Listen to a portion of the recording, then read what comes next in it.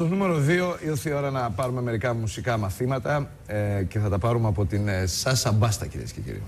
Σε πληροφορώ όμως ότι από τα τρία το πιο δύσκολο είναι το κλαρίνο, διότι έχει περισσότερα κλειδιά και είναι ένα όργανο το οποίο θέλει πολύ περισσότερο χρόνο να το μάθεις από ότι το φλάουτο.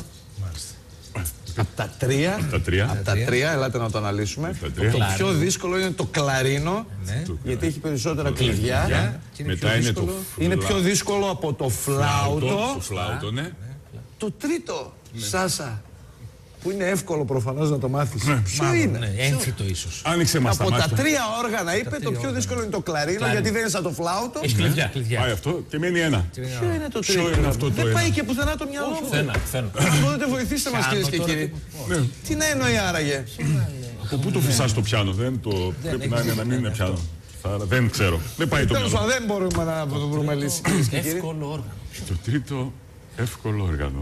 Ένα, δύο. Μήπως της φαίνεται εύκολο γιατί μπορεί να έχει ασχοληθεί από μικρή με εκείνο το. Σε αντίθεση με τα άλλα που τα ξεκίνησε λίγο σε μεγαλύτερη ηλικία. Μπορεί αυτό να συνέβη. Γιατί ξέρεις τι, πάντα σου φαίνεται πιο εύκολο το όργανο στο οποίο έχεις μία Έφεση. έφεση, είναι έμφυτο Έχεις και δηλαδή. εξοικείωση. Άμα το έχεις ξεκινήσει από μικρός, έχεις εξοικείωση.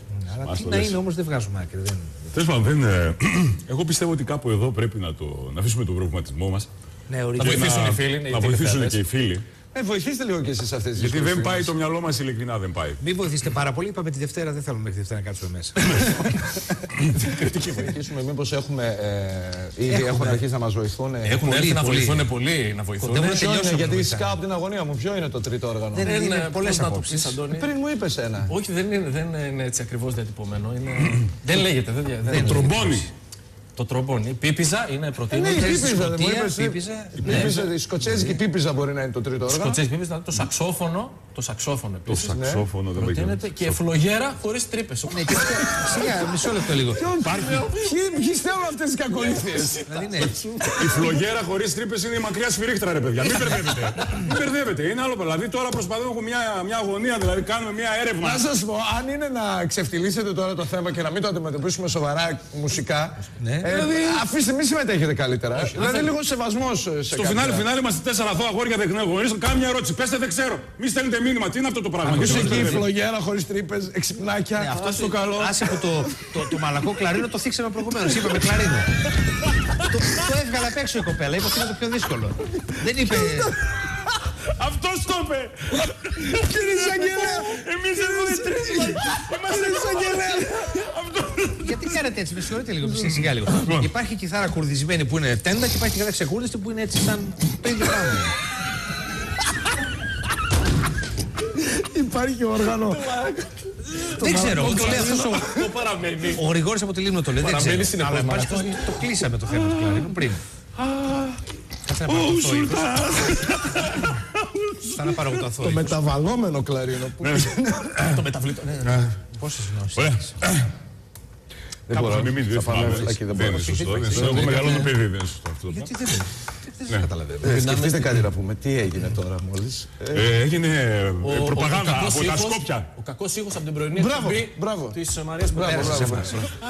Και πριν πάμε στις διαφημίσεις, επειδή πρέπει να ενημερωθούμε, μήπως μας έχουν βοηθήσει, μήπως τελικά.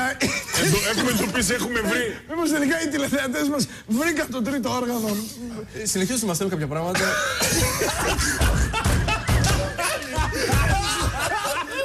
Αν διαβάσετε το τι μας στέλνετε. Θα μας ψυχρή. Όπως σε Χριστούγεννα. Μας προτείνουν επίσης τη λύση το κλαρίνο το κοντό. Το κοντοκλάρινο που λένε. Και τη χισαρμόνικα. Τη χισαρμόνικα. Έχει και οργανό. Ξέρω και τρίμωνο εγώ, αλλά δεν είναι. Και ο αυλός δεν γράφεται με κάβα, παιδιά. Έτσι, είναι ορθογραφικό. Είναι ορθογραφικό. Εγώ το είπα για την ορθογραφία. Γράψαν λάθος. τον αυλό με κάπα στην Είπα το Παναγία μου, δηλαδή θα τρελαθεί ο Παπινιώτης. Ντροπή. Μα δεν μπορείτε να βοηθήσετε μια φορά έτσι με μια εγκυρότητα. Μια φορά ζητήσαμε. Εγώ δεν ξανακοιτάω εδώ. Είμαστε σε λίγο δύσκολη θέση. Κυρίες και κύριοι, δεν βοηθάτε. Δεν μπορούμε να βρούμε άκρη. Δεν είστε Ψάχνοντας άνθρωποι, δεν είστε το ποιο άνθρωποι. είναι τελικά το τρίτο όργανο. Υπάρχουν κάποιες προτάσεις βέβαια. Ποιος αναλάβει, δεν ξέρω, εγώ δεν έχω καμία σχέση. Έχουν γίνει λάθη, διότι μας λένε, ας πούμε, λέει το φισκάρδο, λέει το κρεατόμποε.